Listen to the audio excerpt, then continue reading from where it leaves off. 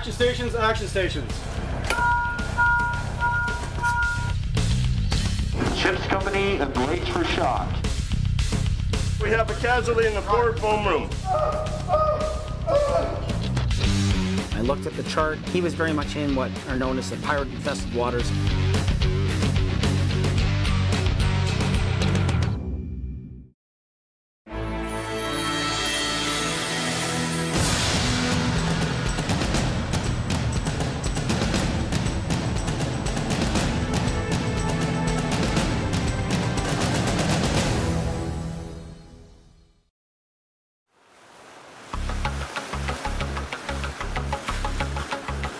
A powerful task group of warships has sailed east from home ports in Canada to one of the most lawless maritime regions in the world, the Persian Gulf.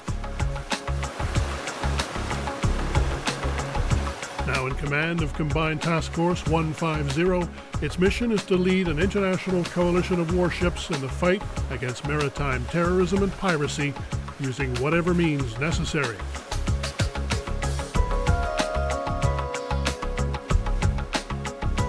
Deployed to this dangerous theater of operations on active duty for 4 months, these are the men and women who make up the crew of Her Majesty's Canadian ships, Iroquois, Lock her in, guys!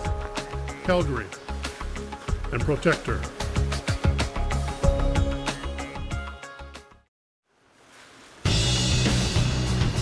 HMCS Protector is an auxiliary oil replenisher, or AOR.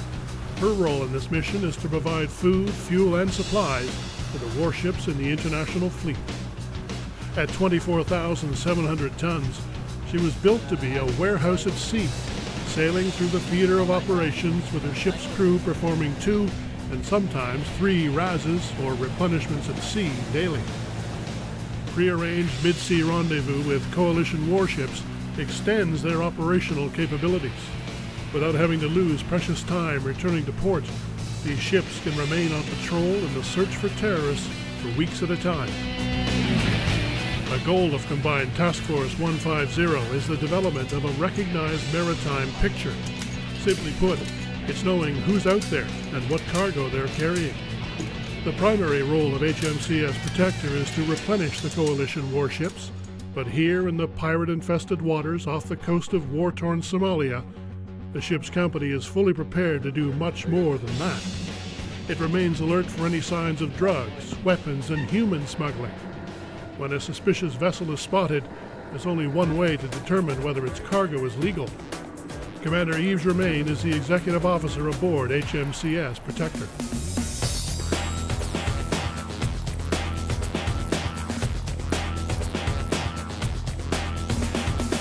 Came across a vessel this morning, first light, that we saw that was in distress.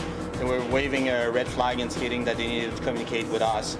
So right away we decided to send our boarding party doing an approach operation, which is consisting of sending a boat with our naval boarding party and assessing with a translator embarked, assessing their need or their assistance. A distressed fishing boat could be just that. But in this part of the world, things aren't always as they seem. This distressed dhow could be carrying a cache of illegal drugs, or worse, it could be a terrorist decoy, waiting to lure coalition forces into a suicide bomb attack. The boarding party team assembles in the dispersal area for a briefing. Lieutenant Jay Turner is the boarding party team leader, or Alpha 1.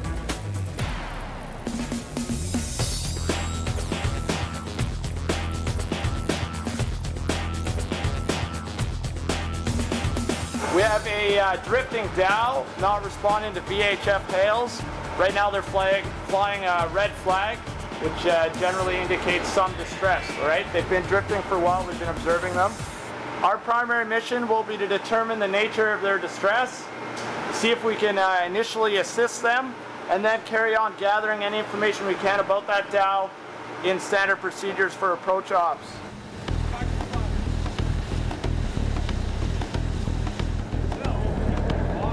Bloom! Heads up! Signs indicate a low-threat operation, but when a vessel of interest, or VOI, doesn't answer a hail from a warship, the boarding party isn't about to assume anything. Speeding across the water at 30 knots, the boarding party can be alongside the fishing boat in less than 2 minutes.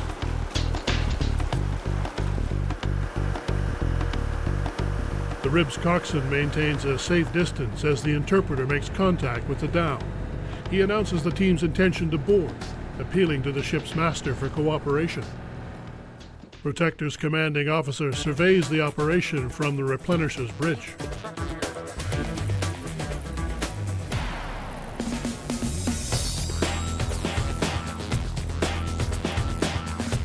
When we started towards the boat, I thought it doesn't quite look right. I looked at the chart, I looked at the major shipping routes. He was very much in what are known as the pirate-infested waters, and I turned to the boarding officer and said, "You're going to do an approach op here, but be very prepared to go into a rescue because his boat is drifting, it's not underway, and it's not in a part of the ocean where it looked like he was fishing or anything like that." The boarding party must quickly evaluate the threat levels and determine just what is happening on the fishing boat. While they weigh the information they've received from the dhow's captain, an unexpected fog patch blankets the area. A fast decision is made. The party boards the dhow. Trained in controlling potentially violent situations with the use of escalating aggression, the members first strive to keep the atmosphere calm and cooperative. So far, there have been no objections to inspecting the dhow's cargo hold. If there is a stash of drugs or bombs on board, it will probably be found here. The cargo is verified, and nothing suspicious is found. It becomes obvious that the dhow's Somali crew is in need of assistance. As the scorching sun burns up the fog patch, the approach operation officially turns into a rescue operation. The dhow's parched crew is given much-needed bottled water and fruit. As soon as they got there, it became apparent that the dhow had been drifting for 4 days. They were requiring mechanical assistance. Their engine had failed, their transmission had failed, and they required assistance to repair the transmission or a tow back to port. The Naval boarding party team is a carefully balanced selection of sailors who possess a wide variety of knowledge and experience. They're prepared to react to almost any scenario. Protector is obligated by international law to provide humanitarian aid to those in need. A sailor with medical training tends to the injured Somali, while others inspect the engine. The situation now stabilized and under control, the rib returns to the mothership to pick up more medics. Alpha 1 moves on to the boarding party's second mission to gather human intelligence on potential piracy. This information will be relayed back to the task force to contribute to a recognized maritime picture. Have you been doing this a long time, transporting cargo, fish cargo?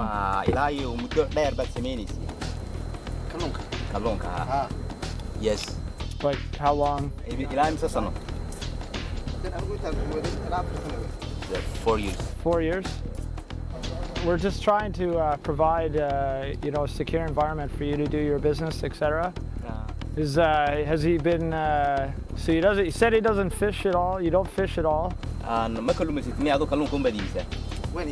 He say I don't fishing, but I buy from Bosasa and I sell to Macaulay. The dhow's master has been using a common shipping route between Bosaso in Somalia and Makala in Yemen. It's also a familiar route used by pirates. Sometimes their cargo is human. People attempting to enter Yemen illegally, hoping for any work in this poverty-stricken part of Africa. The Naval boarding party will be alert for any signs of human trafficking. And the fish is popular in Yemen, and that's why you transport it to Yemen? He say yes. Does he ever have trouble, like in Yemen, offloading his cargo, or he's been doing it long enough it's smooth?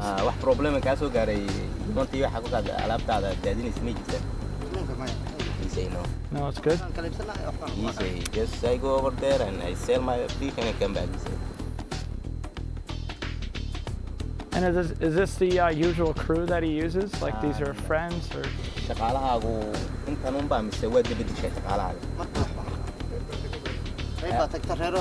He say mostly they change their schedule. Some of them they go to their family, some of them they come over here. The rib returns from Protector with the second wave of the boarding party. Alpha 1 informs the dhow's master that additional members will be coming on board. The Okay, so we're gonna bring a couple more people on board. One of them's gonna be a medic to take care of your sick guy.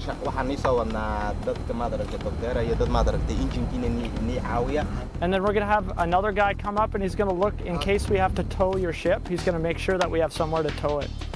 Okay? Establishing a positive rapport with the locals is crucial to the task force mission. Spreading the good news about the international goal to establish maritime security may encourage crews of other merchant vessels to cooperate with coalition members in the future. The team of medics assesses the extent of the Somali's injuries. It hurts him anywhere I touch on his spine. Okay. Can't feel anything in his feet. Okay. Limited feeling in his legs. His blood pressure, and that's fine. And he has malaria. Mother, this is Alpha 1, over. Alpha 1 maintains control of the dhow while remaining in constant communication with the mothership. Both Commander Cantillon and Executive Officer Germain are kept apprised of the situation so they can effectively make decisions as the scenario evolves. Mother, this is Alpha 1, the engineering crew on board assessing the engine situation, as well as the Papa Alpha on board assessing the casualty, over. Now aboard the distressed dhow, the medics discover that in addition to his injuries, the Somali mariner is also suffering from malaria. A high alert situation has within moments become a rescue mission. The stench of an old fishing boat in the ruthless 40-degree heat and the persistent, unsteady rocking of the drifting dhow can upset the strongest of stomachs.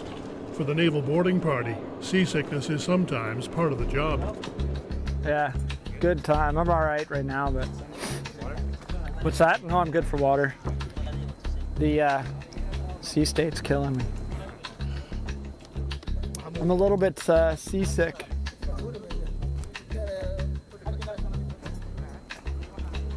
I may blow chunks soon, but...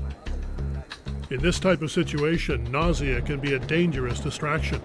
Alpha 1 does his best to overcome his discomfort and remain alert. With additional backup now on board, he transfers to the rib to deliver his next status report. What's that? Yeah, I'm not going anywhere. I'll just stand off. I'm just going to sit down for a bit. Mother, this is Alpha 1. It looks like it's problems with their transmission, and the only way to repair it would be to pull the transmission out. This would be a significant repair in the assessment of the engineers we have.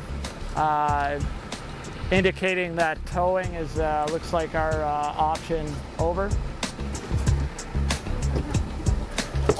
Looks like we're going to bring the vessel under tow.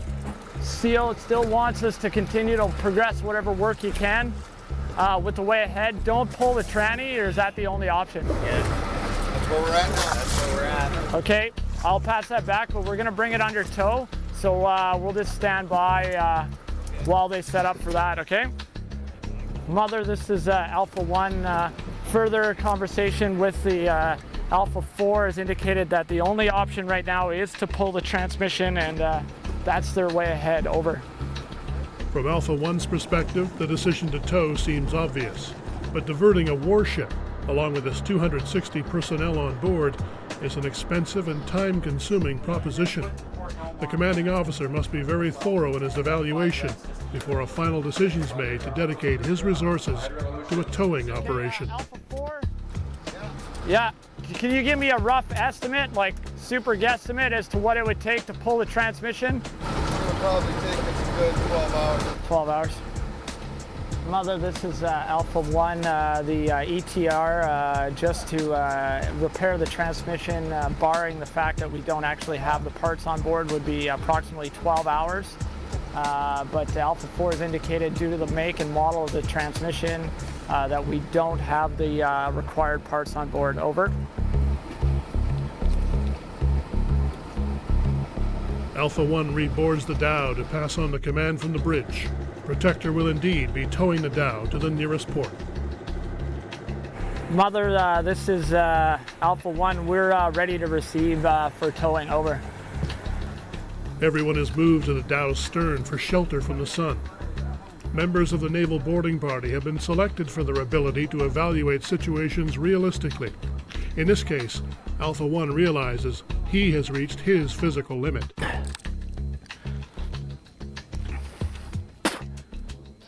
Yeah, I need to change out. Yeah, I just emptied out, so. A blue tarp is erected by the boarding party to protect the injured Somali. A team of bosuns arrives to prepare the dhow for towing. The nearest port is 130 kilometers away in Bosaso, Somalia, a country with a failed government, circumstances that have allowed pirates to operate there largely unchecked. I think the best bet would be to have these use the ribs to pull us over there. With the tow preparation underway and the situation well under control, Alpha One can take a much-needed break. The extreme temperatures in the theater of operations can be dangerous to those used to cooler climates. I'll need those life jackets on here. So because there's a potential that something bad could happen here, right? When we start towing this thing.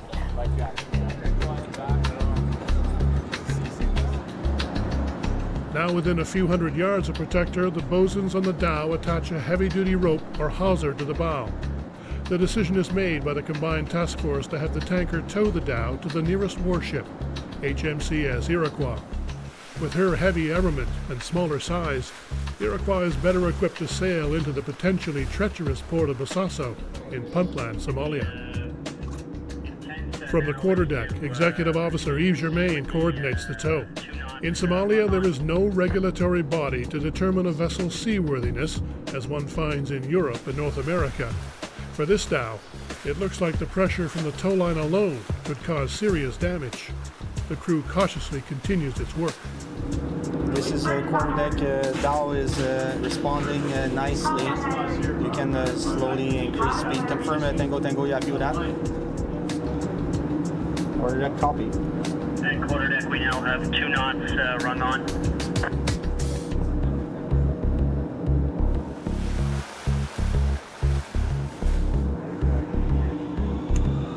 Copy. Dhow is steady at 190 yards astern, over. The boat appeared to be in a good seaworthy condition, except for the engine. It appears they were maybe ferrying people from town to town in northern Somalia, since it appears that the road system is not very good. So they had departed a few days ago. We understood that more than at least 4 days that they've been here at sea, uncertain when they broke down. But they're going only 80 miles away from here, so we decided to give them a tow and get them to their next port of call in order to get them on their way. I think we had a good response. It always takes a bit of time to get organized, to make sure that the vessel is capable of being towed. That's a serious concern for us. So we provided life jacket in case the strain on the hawser would be too much, and in case we damage the boat. At this point, everything appears to be stable, and we have quite a few more hours to tow this vessel in order to get them home. But towing is always a slow evolution, and it always takes time to tow a vessel properly. Stress due to heat and dehydration happens quickly.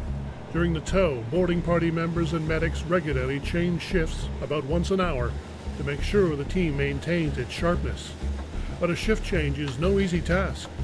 Strict protocol is practiced to prevent any unwanted contaminants from penetrating Protector's living quarters. Boarding party members begin by rinsing their boots. Their outer clothing is immediately removed to be washed, and they too must shower before being permitted to rejoin the ship's company. A 4-hour tow in the punishing North African heat is a grueling seamanship evolution, but for all boarding party members involved, helping those in need is worth the effort. I'm very confident. The crew, through their actions, saved 14 people who had just had an unfortunate experience at sea. And in this part of the world, there's not a lot of coast guards, there's not aircraft doing patrols, which you'll get off the coast of Canada and the United States or Europe. So it really was a meaningful day to save the lives, and it was 10 fishermen and 5 passengers that he was giving a ride to, and they just had very bad misfortune to have their engine, but then great fortune to have us come along and provide aid and tow them back to port. It's been a red-letter day for the ship's company. The opportunity to provide humanitarian aid to the distressed dhow and its passengers has been a significant event, and one that will be long remembered by the crew. Touring the theater of operations in one of the most lawless areas of the world is the mission for the Combined Task Force 150 warships. Bringing maritime stability to the Persian Gulf region, much like a cop walking the beat in a potentially volatile neighborhood, can be dangerous. The boarding operation safely concluded. The supply technicians and Protector turn their attention back to their primary duty. These men and women perform hours of physical labor each day in extreme heat and humidity, with average temperatures and humidex readings of between 40 and 50 degrees.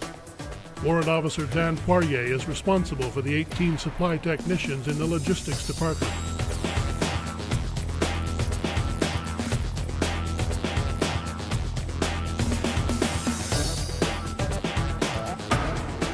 Okay, so this is where the supply techs hang out.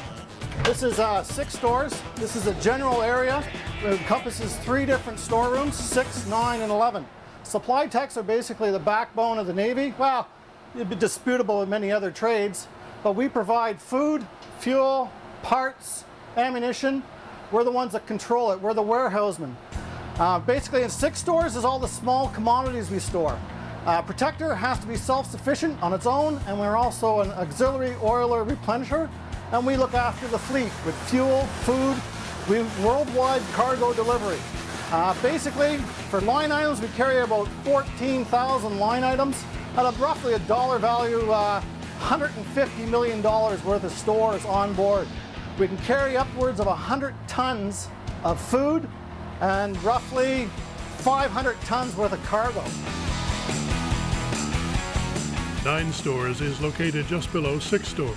This is where Protector carries larger items that will hopefully see less use on this deployment.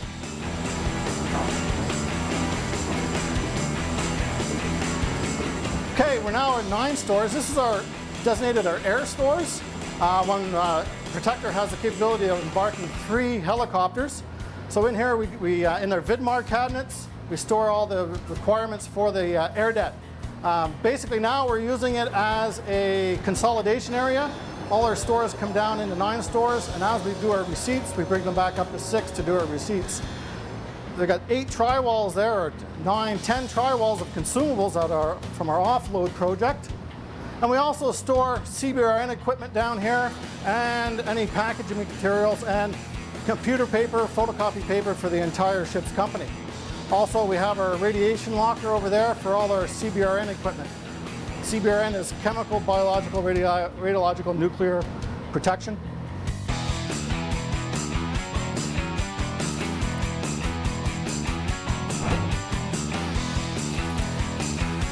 Down here in 10 stores, we store a lot of parts required to repair the ship's fitted equipment. All these parts down here are in support of our ship.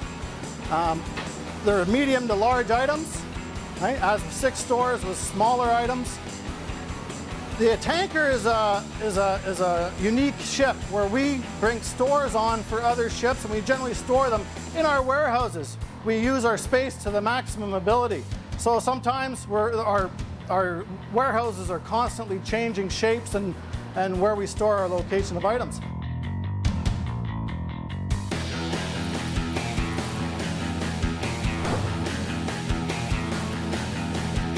Welcome to the lowest part of the ship. This is 11 stores.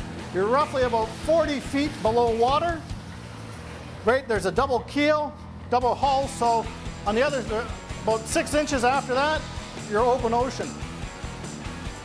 11 stores, and all of our storerooms, we like to affectionately call it Death Central. We have an ammunition bag in front of us. We have fuel tanks on the port starboard side, fuel tanks on the port side, and fuel tanks aft. So we basically work in the best part on board ship. That's why we like to call it Death Central.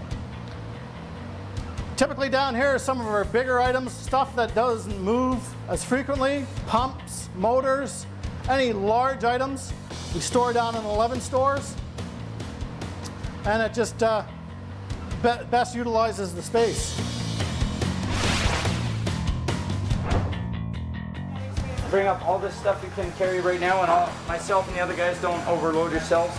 We'll bring up the rest. We're going to leave the weapons until the final time, okay? Sounds good. All right. After more than a month at sea, the ship's company is looking forward to 2 days in Dubai. But not everyone will be going into the historic city. Armed with a variety of weapons, some members will stay back to guard the tanker against any threat of terrorism while she's alongside.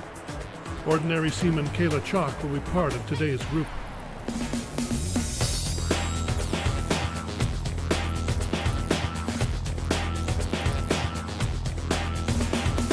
What we're doing right now is we're setting up for a proficiency shoot. Prior to coming alongside and standing at duty watch, you must fire and prove that you are still capable of using a weapon. Okay, so put the actions all to the rear. Today's shoot begins with a careful cleaning of the C7 rifles. Similar to the M16 rifle, the C7s can be fired in either semi-automatic or automatic mode. Yeah, give them all a good light oiling, right on the metal surfaces. We were loading up the mags, pre-firing, cleaning, just to make sure there's no other debris that got in the barrels from the last shoot. We call the officer to watch. We got a range clear, so we'll be firing from our port side because we have nothing within 15 miles or less upon our ship right now. The proficiency shoot will take place on the tanker's largest and most open outdoor space, the flight deck. The group takes its weapons and waits for instructions for the semi-automatic shoot. Master Seaman Ian Biller will be leading today's proficiency test.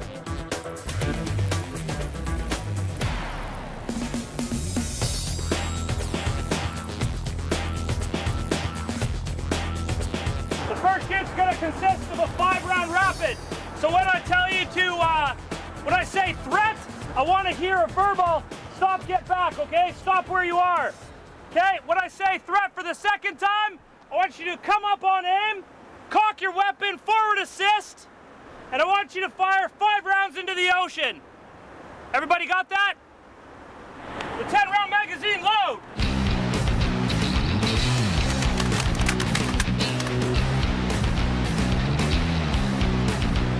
On the line, threat! Stop! Threat! Threat!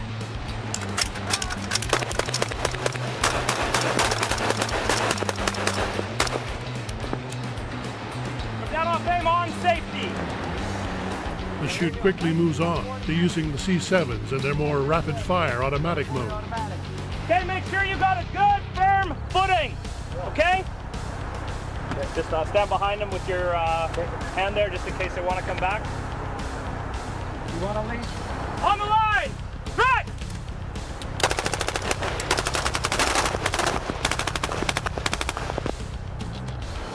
On safety!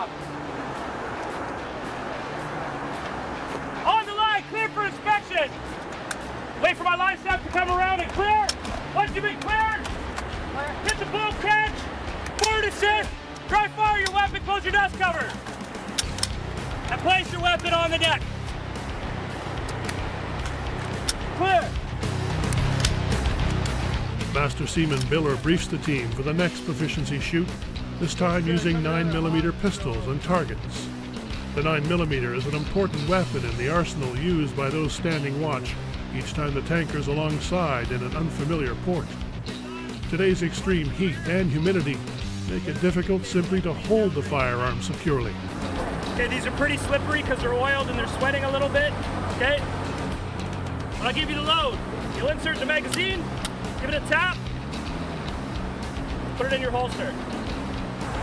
Okay, when you come up on aim, I'll give you drug and body armor, threat. You'll pull it out, cock it, dry fire. Everybody know what drug and body armor is? Okay, it's 2 to the chest, 1 to the head. So I'll say threat, you come up, cock it, bang, bang, bang.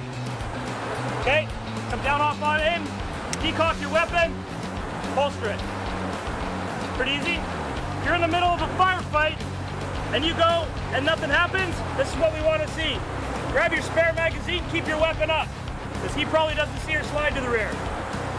Once you have your other magazine and you inspect it in your hand, drop the other one out, put the other one in, hit the slide catch, and continue firing.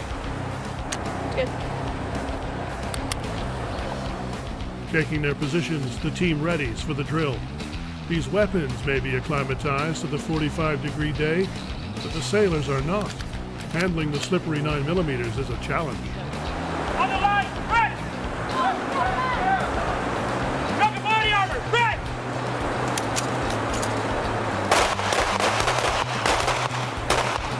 Peacock, holster your weapon! Did I hit the target? Whenever you put your weapon in your holster, always have your thumb on the hammer. Okay. The 9mm pistols are tricky to grasp under these weather conditions. To be prepared to stand guard when alongside in Dubai, the crew will have to have absolute control over their weapons, slippery hands or not. I can't get it back. I can't get it.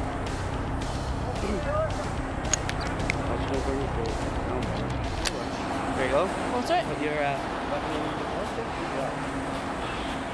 Rugged body armor, red!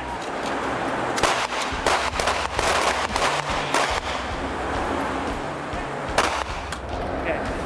Keep weapon up. Oh, yeah. Mag. Release your mag. There you go. Again. You got your weapon? No, slide catch.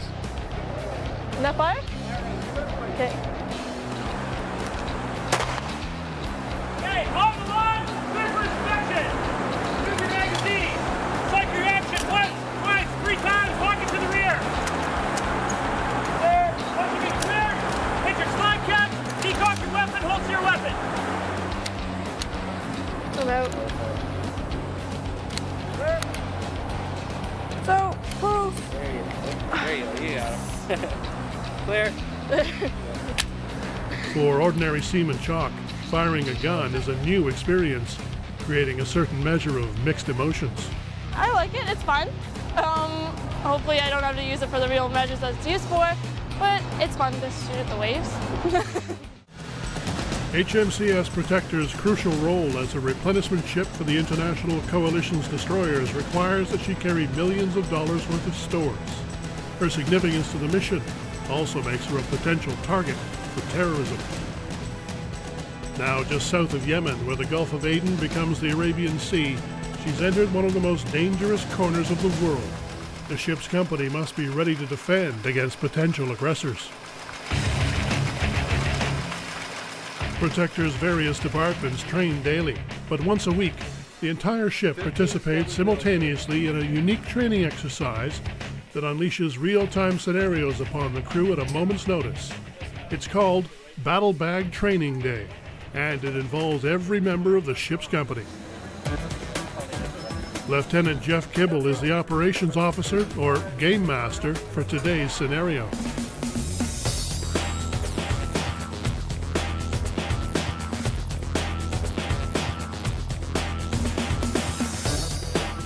The way we run a training day is the ship's company knows that something is going to happen during that day, but they're, other than the planners, the organizers, and the game master for the day, they don't really know what is going to happen. So it could be anything. It could be a fire, it could be a flood, we could have a man overboard, helicopter crash. So there's a whole host of things that could happen that all the teams on the ship need to be prepared for, but they certainly didn't know the specifics of when or what would happen in the scenario.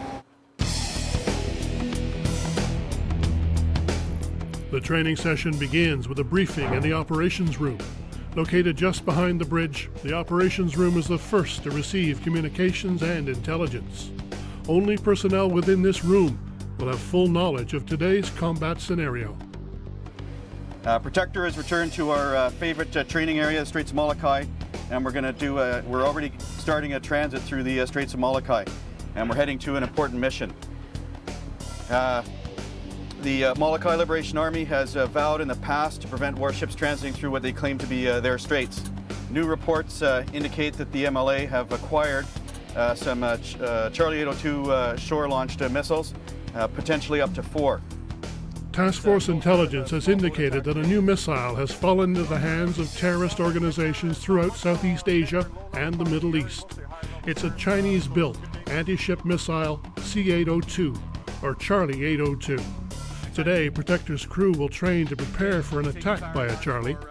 The decision to use live ammunition during the drill has been made, but the CO has concerns. We've had low detection, as you know, with the dhows, only about 6 to 7 miles on radar. So when we do these sea whiz firings today, it's critical that we do an excellent visual lookout. That has without a doubt been one of our best sources for detection. I don't want any inadvertent firings with a contact in the range that no one found because they relied too much on radar. So very good visual lookout for sea whiz firings is required. The intention of Battle Bag Day is to put the ship's company under sudden and unexpected stress. Today's operations room officer, the ORO, has received new intelligence.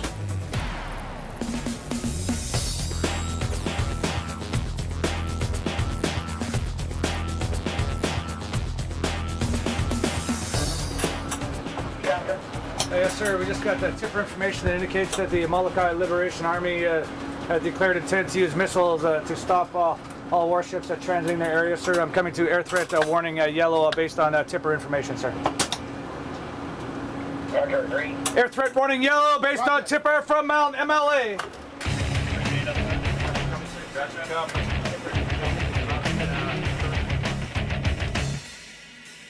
Just ahead of the operations room and one deck up, the officers on the bridge are alert to the threat. Watch, we have a missile site that's being activated to the north. We are now at air threat warning red. Watch, Oral, bring the ship to action stations. Bring the ship to action station, right, sir?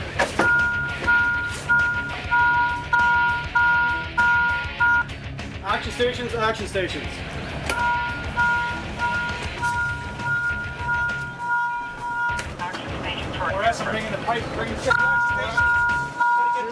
The opportunity to identify just how a ship's company will measure up in the face of a highest alert situation is an invaluable experience. Despite the 40-degree temperatures, members scramble to get into full combat gear. Each Battle Bag Day in this theater of operations is a reminder that the presence of danger is very real and very close. The officer of the watch, today's officer in charge of the bridge, looks out for the incoming missile along the bearing provided by the ORO down below in the ops room. Combat Systems Engineers, or CSEs, also take up their stations, readying Protector's missile defense systems. The Surface Weapons Controller, or SWIC, tracks the incoming Charlie 802 missile with radar. Protector's first line of defense against an incoming missile is the Super Rapid Chaff Launchers, located just below the forward sea whiz. The chaff fires cartridges that spread a small cloud of shredded aluminum, which distracts radar-guided missiles from their target. Swick. Chaff closed up. Swick, roger. Oris, Swick. Oris, closed up. Roger. When approaching its target, the Charlie 802 missile dives to wave top height so as to inflict maximum damage. It uses a 165-kilogram, semi-armor-piercing, anti-personnel blast warhead, which relies on the missile's sheer kinetic energy to pierce the hull and explode inside the ship. The CSE begins to count down the estimated time to impact. Pop up! 000, 55 miles, separating from land. The identification of the incoming missile is confirmed. Oral. Roger, sir. ISS Charlie 802 by a speed and flight profile. Intend taking all resolved missiles closing Protector. With a single-shot hit probability of 98%, it's one of the most difficult missiles to intercept. Flying at just 5 meters above the surface of the Gulf of Oman, it's reaching speeds just shy of Mach 1, over 1,000 kilometers per hour. Vampire 000, 45 miles, tracking south, speed very fast. Estimate 600 knots. Time is of the essence. In a real scenario, the slightest hesitation could have catastrophic results for HMCS Protector and her crew. Launching chaff too early would have equally grave consequences. Confirmation, missile inbound at 40 miles inbound. Roger, 40 miles inbound. Confirm bearing. 000. Roger. Port bow. Go port bow. Missile inbound now 40 miles. Stand by. As the Charlie 802 missile rapidly approaches, the weapons engineer responsible for triggering the chaff anxiously awaits the order to launch. Vampire 000, 25 miles, tracking south, speed 600. Swick, you have clearance to continue chaff firing. The personnel are clear of the danger area. Swick, roger.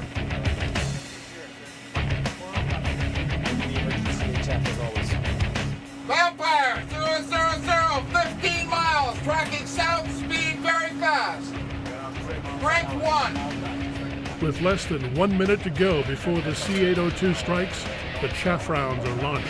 Vampire 000, 10 miles, closing fast. 9 miles. Action! Chaff in action! Starboard, forward, launcher! Chaff away! 8 miles. Roger, chaff away.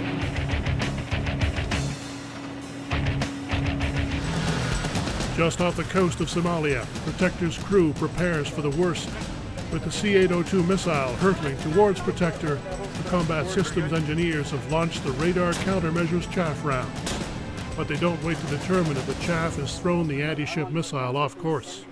It's time to engage the last line of the ship's defense, the Mk-15 Phalanx Close-In Weapon System, or CWIS.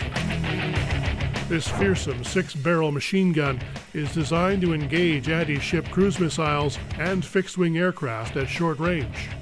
Capable of firing 20mm ammunition at 3,000 rounds per minute, one short burst of gunfire creates a deadly wall of tungsten bullets that can shred an incoming missile into scrap metal. Missile 5 miles. Roger, missile 5 miles. Should be coming in visual range. Brace for shock. Brace for shock. I have the missile visual on the port bow now. Brace for shock everywhere in the bridge. Missile visible.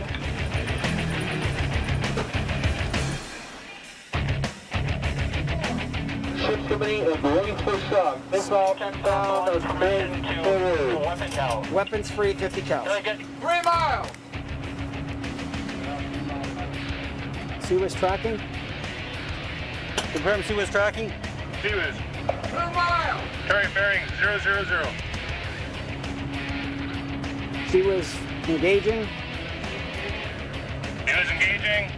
Ocelot, CWIS engaging. Roger, CWIS engaging. CWIS firing now. Assess kill. Roger, affirmative. We have good visual.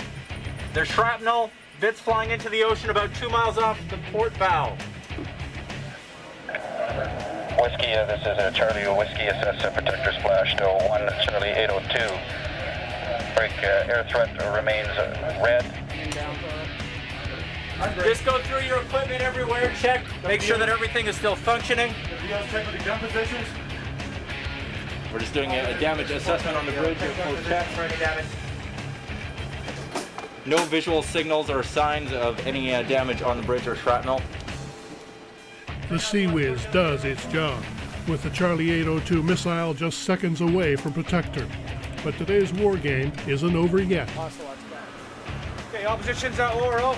We just took the last Charlie 802 with the CWIS. We are still being targeted by the Charlie 802 to the north. We'll remain on this this course to take them. All eyes down and looking. We just got another report that there's more tip information from ESM that we are continuing to be targeted. 502, that's your job to get down. Good work on the last one. Same work on this one. That is all. Okay. Whiskey, Charlie Whiskey. Outside the ops room, firefighters close up as news of a second anti-ship missile threat is piped through the ship. All Vision Command. Indication of the missile inbound, port bound 35 miles, 3 minutes to go.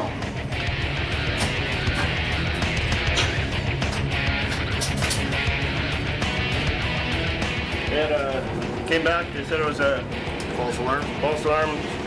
Massive LSC. Stand down the attack team. Roger.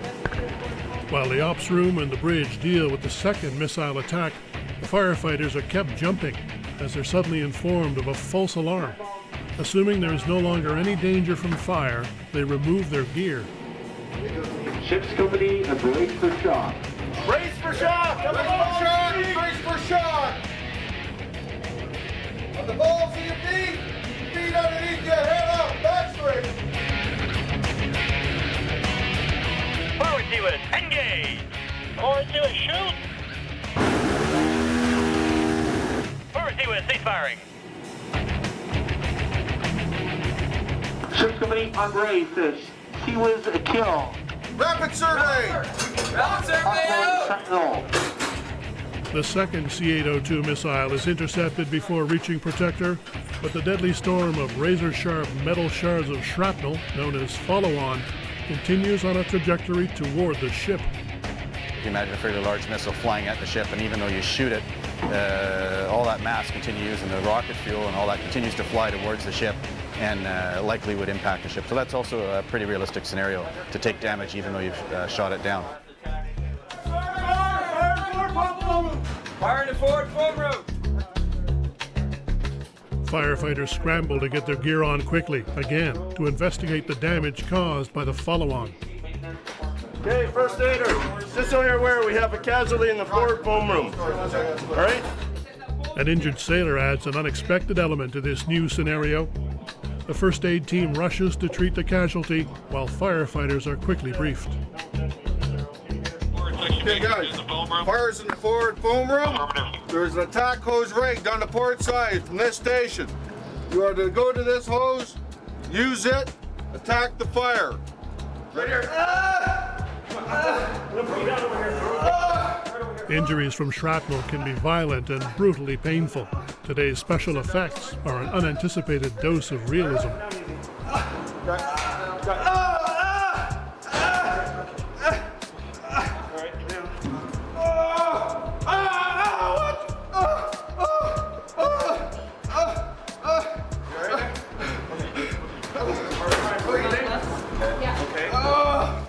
While the casualty is being treated, the firefighters approach the fire in the forward phone room, and infrared cameras used to look for any other injured sailors who may be hidden by the dense smoke.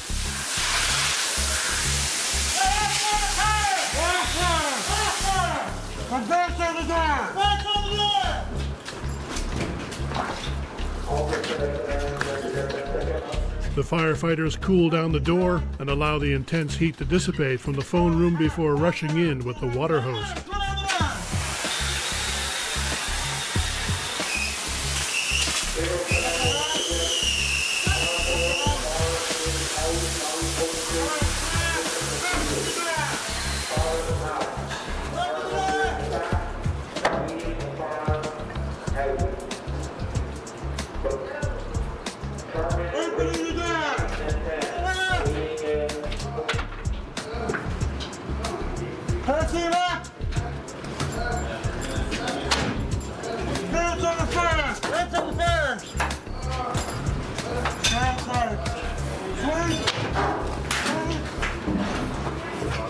The last disaster of Battle Bag Day has been met. Although satisfied with the exercise, Lieutenant Kibble, today's game master, has identified a few areas that will need to be tightened up in order for the ship's company to survive an attack. The reason we do it is to find areas of weakness or find areas that need improving. So overall, I would assess that as a satisfactory training evolution. The closing up time was a little bit slow, could have been a bit better. The alarm on the chaff launcher failed to operate, so they're going to investigate getting that repaired. There was a couple of communication difficulties, reports not being passed in as fast a manner as they should have been or were missed. But overall, I would have assessed we would have put the fires out, would have shot the missiles down, and would have suffered some damage. But yeah, the objective was training and to learn lessons, and I think those were learned, and they were shared by the teams to everyone on the ship. It's 35, 40 degrees out, so there's people that don't look forward to putting on the bunker gear and the firefighting gear. So yeah, but in the end, everyone realizes the value of doing the training, for sure. As Battle Bag Day winds down, the exhausted crew members look relieved. Their attention will now return to their primary mission. Confident that they have the ability to defend HMCS Protector and her cargo against any threat of terrorism, the ship's company sails on to the next rendezvous, fulfilling her role of international support for Combined Task Force 150 and the fight against terrorists and piracy on the high seas.